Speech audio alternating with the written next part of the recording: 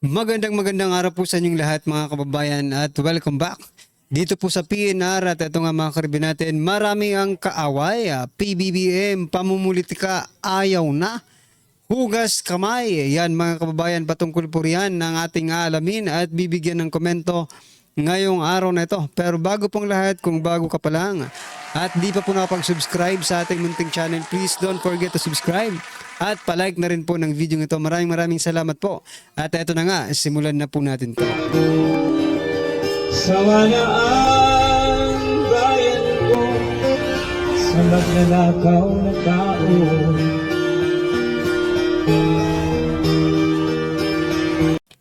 Yan mga kababayan, bago po natin muling i-play ang video ito, pasadahan po muna natin ang mga nagte-trending na mga balita dito po sa mundo ng social media. At ito nga mga kababayan, napaka-latest po nito, no? Bagong panayam, no? Dito po kay PBBM ni Katunying. Ito, pakinggan po natin ito mga kababayan. Sinasabi po dito na President Bongbong Marcos Jr. handang makipagbati o makipagkaibigan muli kay former President Duterte o sa mga Duterte. Mga kababayan, ito pakinggan po natin to. Gusto niyo bang makipagkasundo pa sa mga Duterte? Oo, ako ayaw ko ng gulo. Gusto ko makasundo sa lahat ng tao. Mas maganda, wala na. Marami na akong kaaway, hindi ko kailangan ng kaaway, kailangan ko kaibigan. Kagaya na sabi ko sa'yo, pagka... hindi ko... Magko-confess ako dito. Sen mga kababayan, na magko-confess kung nag-iisip ka pa ng gusto mong sabihin. Wala na, ito pakinggan po natin. Pwede naman po, para akong pari po nito ngayon na po. Ewan ko, kahit hanggat maaari, ako, ang habol ko, yung stability, peaceful, para magawa namin yung trabaho namin. Kaya ako, laging akong bukas sa ganyan. I'm always open to any approach na, alika, magtulungan tayo. Diba? Kahit hindi tayo magkasundo sa polisiya, hindi tayo magkasundo. Gawin yung trabaho, pero wag na tayong nanggugulo. Wag na natin, tanggalin natin yung gulo. Gusto niyo bang So yan mga kababayan, kumbinsido ka ba sa narinig mo? Ha? Yan na. Kumbinsido ka ba sa narinig mo mula mismo sa ating Pangulong President Ferdinand Bongbong Marcos Jr.? Ha? Na gusto niyang makipagbati sa mga Duterte. Well, anyway, kung sincere po siya, ang tanong, gusto ba ng mga Duterte na makipagbati ulit sa nagtrahidor sa kanila? Ha? Kung kayo po ang tatanungin mga kabayan, for example, tayo po ay relatives, no? Ng mga Duterte. Do we consider to mag-suggest man lang tayo? Sige na, magbati na kayo, no? Para sa akin, ako, mga kababayan, supporter lang tayo ni former President Duterte, but deep inside mga kababayan, para sa akin never trust Marcos again, no? Especially President Bongbong Marcos Jr., no? Kasi sa dami-dami ng ginawa na mabuting gawa, di ba? Mabuting naidulot sa kanila ni former President Duterte. Still, ganito ang ginawa niya kay former President Duterte. Okay, sabihin na natin na ICC ang nagano ICC yung may pakana no? Pero it is the government, no, who surrender former President Duterte sa ICC. Kaya mali pa rin kahit saan natin tingnan, no, yung pagpapalibing sa ama niya, sa libingan ng mga bayani, yung hindi paglitis or hindi patuloy na hatulan si Imelda Marcos, no? Or i-prosecute si Imelda Marcos, no? Or correct me if I'm wrong, kung na-prosecute ba yun, ipapatupad na lang po yung decision ng korte. Pero pinigilan po ni former President Duterte through humanitarian reason. Di ba? Oh, napakarami pong ginawa niya eh. Inangat ang kanilang pangalan, no? 'Di ba? Dahil matagal nang lumubog. But still ganito po ang ginawa nila. Nga. Pinahirapan nila si Vice President Sara Duterte. Eto, ini-impeach pa. Kaya mahirap talagang maniwala mga kababayan, no? Dito sa sinasabi niyang gusto kong makipagkaibigan, but eto ang ginagawa mo. How can you justify yung sinasabi mong gusto mong makipagkaibigan, pero ito ang mga nangyayari sa reality? Diba? Well, anyway mga kababayan, ano po ang inyong opinion? I-comment nyo na lang po mga kababayan. At ito, pasadahan pa po natin ang statement ni President Bongbong Marcos Jr. just in mula po sa ABS-CBN News 1 hour ago. Ito, bigyan po natin ng komento. Sabi po ni President Ferdinand Marcos Jr. on the Halalan 2025 result. Ang mensahe sa aming lahat, hindi lamang sa akin kung hindi sa aming lahat. Tama na ang pamumulitika ninyo at kami naman ang asikasuhin ninyo. Disappointed ang tao sa serbisyo ng gobyerno. Take note, disappointed ang mga tao sa serbisyo ng gobyerno. Did you hear yourself, President Bongbong Marcos Jr.? Sino ba ang gobyerno? Who is the head of the government? Nadismayado ang tao. Dito, parang inaamin mo nang talagang masama ang loob ng taong bayan sa'yo. Disappointed ang taong bayan sa'yo. Because you are the government. You are the head of the government. Di ba? Kaya minsan, maisip mo, siya ba talaga ang nagsalita dito? Ha? Siya ba talaga ang... kasi siya yung tinutukoy niya eh. He is speaking for himself, di ba? Siya ang tinutukoy niya na gobyerno. At disappointed daw ang mga tao. Oh, dyan pa lang mga kababayan. Umamin na po si President Bongbong Marcos Jr. na masama ang loob ng taong bayan sa kanya. Bakit daw? Hindi sila naaasikaso. Ito, puro na lang pamumulitika. Tama na ang politika. Ibig sabihin, puro pamumulitika lang ang ginagawa ng gobyerno. Di ba? Tama na ang pamumulitika ninyo. Kayo, ikaw mismo yan na sinasabi mo dyan na pamumulitika.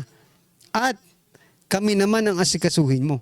Ibig sabihin, hindi mo na po naasikaso yung taong bayan because namumulitika ka na lang nang namumulitika sa mga Duterte. President Bongbong Marcos Jr. Ikaw, sarili mo ang tinutukoy mo dito. Buti at alam nyo po, di ba? Correct me if I'm wrong sa pag-understand ko dito. Kasi mukhang tama naman ako eh. Di ba? Sino bang gobyerno? Siya ang gobyerno. Di ba? At sinasabi niya, disappointed ang mga tao dahil namumulitika na lang at hindi na po naaasikaso. And that is the reality and that is the real problem. Di ba? Hindi mo kasi makontrol si Tambaluslos eh. Sobrang pamumulitika sa Kamara, sa Representatives. Kaya hindi na umuusong ang ating kalagayan ng ating bansa, di ba? Kasi puro lang kayo pamumulitika.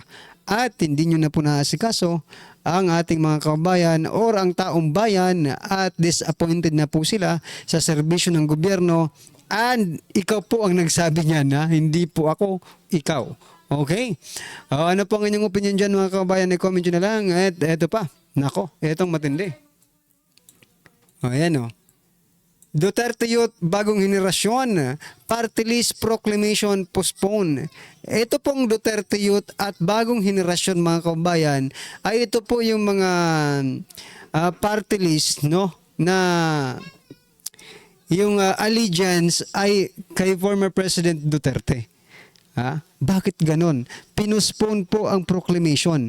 JMA News 27 minutes ago, sabi po dito, the proclamation of Duterte Youth and Bagong Henerasyon Party List groups was postponed by the Commission on Election on Monday. During the proclamation ceremony held by the COMELEC at Manila Hotel, 10th City on Monday, COMELEC Chairman George Garcia formally announced the suspension of two party list groups proclamation due to pending cases filed against them before full commission. Ito kanina kung napanood niyo po yung last vlog natin, mayroon din pong pending case mga kabayan or ano tawag dyan, disqualification case itong si Erwin Tulfo, no? Sa attorney si Virgel, nakalimutan ko lang yung full name, pero si Virgel, nakalimutan ko lang yung full name mga kabayan, okay? What I'm trying to point out, bakit yung mga allied lang ni former President Duterte or ng Duterte yung pinuspone yung proclamation, samantalang nagsalita na po kayo na yung attorney, si Attorney Virgel, na before pa man mag-start yung election ay meron na po siyang disqualification case dito po kay Erwin Tulfo. Wala po silang pagkakaiba mga kabayan kasi paras lang naman po silang nanalo. Why is it, yung proclamation po dito sa Duterte Youth at bagong henerasyon ay postpone, samantala yung kay Erwin Tulfo ay hindi na postpone? Dahil ba allied sila ng mga Duterte? Dahil ba ang Duterte Youth ang pasa ng impeachment complaint against President Bongbong Marcos Jr.? So meaning, mga kababayan, kung ganito po ang patakaran ni COMELEC Chairman George Garcia, ibig sabihin, nadidiktahan po si Garcia or may pamumulitika na ginagawa si Garcia dito po sa kanyang mga pagdidesisyon ng pagpuspon ng proclamation sa Duterte Youth at bagong henerasyon, samantalang si Erwin Tulfo mga kabayan ay ganun din ang kaso. Bakit po kinuntinyo?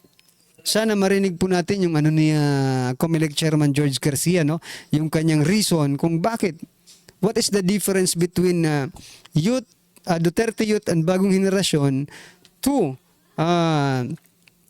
Erwin Tulfo? Paras naman po sila may disqualification, or may kaso.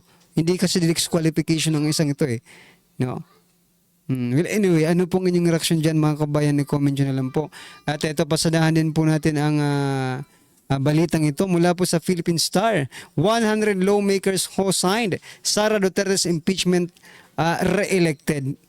Justifiable, Yes, correct. Talagang mananalo sila. Bakit? Before mag-election, nag-sign po sila ng impeachment complaint against Vice President Sara Duterte in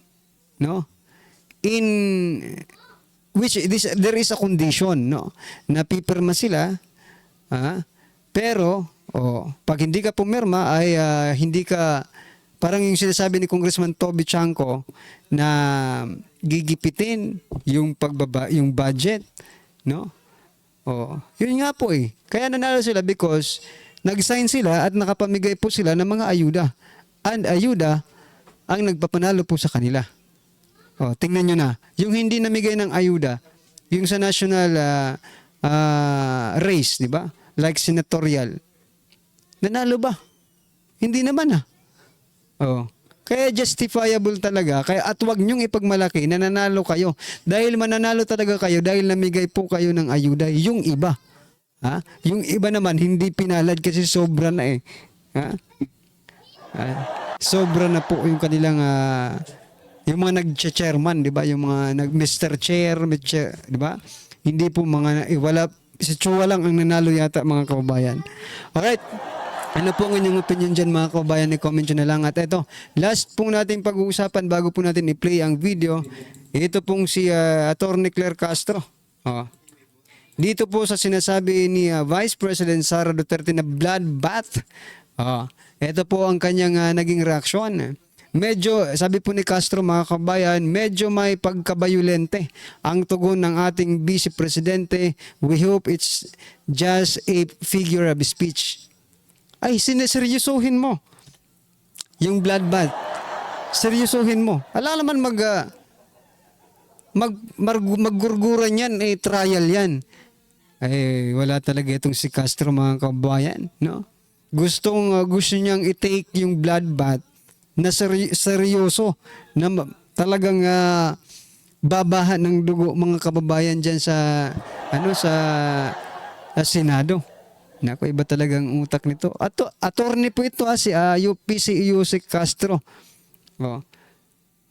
Iba po ang kanyang pagkakaintindi sa sinasabi ni Vice President Sara Duterte. Kaya nga po, tama po si BP Sara. Si Castro po ay example ng garbage in and garbage out, mga kababayan. Gigo, no? Garbage in, garbage out, no? Kayo na lang pong bahala diyan kay Castro, mga kababayan. Huwag lang kayong ma-stress, no? Dito po sa mga statement ni Castro. At ito na nga, simulan na po natin pakinggan, panoorin at bigyan ng komento ang video ito. Ito na po. Kung patuloy na paglilinis, paghuhugas kamay ni Toby Chanko na sinagot naman po ng mga congressman, no? Dahil po sa kanilang pagkatalo. Ito po talaga palpak yung kanilang political strategy. Kung hindi pa rin po kayo naniniwala na palpak talaga tong admin na to, ganun po, no? Sabi po ni Toby Chanko, impeachment is self-inflicted wound, no? Kaya raw po natalo sa Mindanao. Mindanao kasi yung ano nila eh. Mindanao talaga yung malaki nilang ikinatalo. Kaya daw natalo yung mga senatoriables, lahat ng senatoriables sa Mindanao, dahil hindi sila makapangampanya, no? Hindi raw sila makapangampanya eh. Kaya siya sinisisi, nagsisisihan na po sila eh. Sinisisi siya kasi siya yung campaign manager. Sinisisi niya naman yung mga congressman dahil sa mga congressman, alam niyo na kung sino sinisisi niya? Si Romualdez. Dahil sa mga congressman, pinagpilitan nila yung impeachment ni BP Sara, naapektuhan talaga. Hindi sila makapangampanya sa Mindanao. Ayaw sila. Mismo na mga kaalyado nila, mga local leaders nila, ayaw. Di ba? Sa Mindanao talaga sila eh. Dahil alam nila, sayang lang yung, magsasayang lang sila ng oras ng pangangampanya. Ang diskarte nila, ang ginawa nila, kanya-kanya na lang. Kumbaga, nag-give up na sila noon pa lang. After ng impeachment ni BP Sara, yung in-impeach siya ng mga congressman, kita nyo, ang sisi ni Chanko. Hindi rin naman, ang habol kasi nila, akala nila pag na-impeach si BP Sara, babagsak yung popularidad. Hindi ko maintindihan kung sino po nakakaisip nun. Ikalawa, akala nila yung pag nakulong si Tatay Digong, mawala ng Duterte, no? Madidiskaril nila. Sa totoo lang, protest vote po yung naganap. Ako, mas naniniwala ako, simple lang mag-isip si Bato, pero mas makatotohanan yung sinasabi ni Bato. Mas maganda po yung sinasabi ni Bato. Ano sinasabi ni Bato? Kaya nyo yung 12-0 sana eh. Ano ba naman wala naman talagang pondo. Di ba? Kanya-kanya lang nga eh. Ang may konkreto lang, meron lang talagang maayos na mga rally. Kung papansinin natin sila, yung KOJC lang eh, di ba? Sa pangungulan ni Pastor Kibuloy. Kaya lang, sa Sinamampalad. Okay. Mamaya may sasagutin ako dyan na bakit parang So yan mga kababayan, ano pong inyong opinion, reaction dito po sa laglagan nangyayari ng alyansa? Mukhang nagtatrahiduran. Uso talaga sa kanila ang mga trahidor, no, mga kababayan, no? Inilalabas yung mga sikreto doon po sa kanilang pangangampanya. Anyway, talagang mga trahidor naman talagang mga ito, mga kababayan, no? Ano po ang inyong opinion, reaction patungkol po sa video ito, mga kababayan? Ay comment nyo na lang po sa baba para at least alam po ng ating mga kababayan ang inyong opinion. Maraming salamat po. Please don't forget to like the video. Maraming salamat po. Sawayaan bayan ko sa magnanakaw na tao.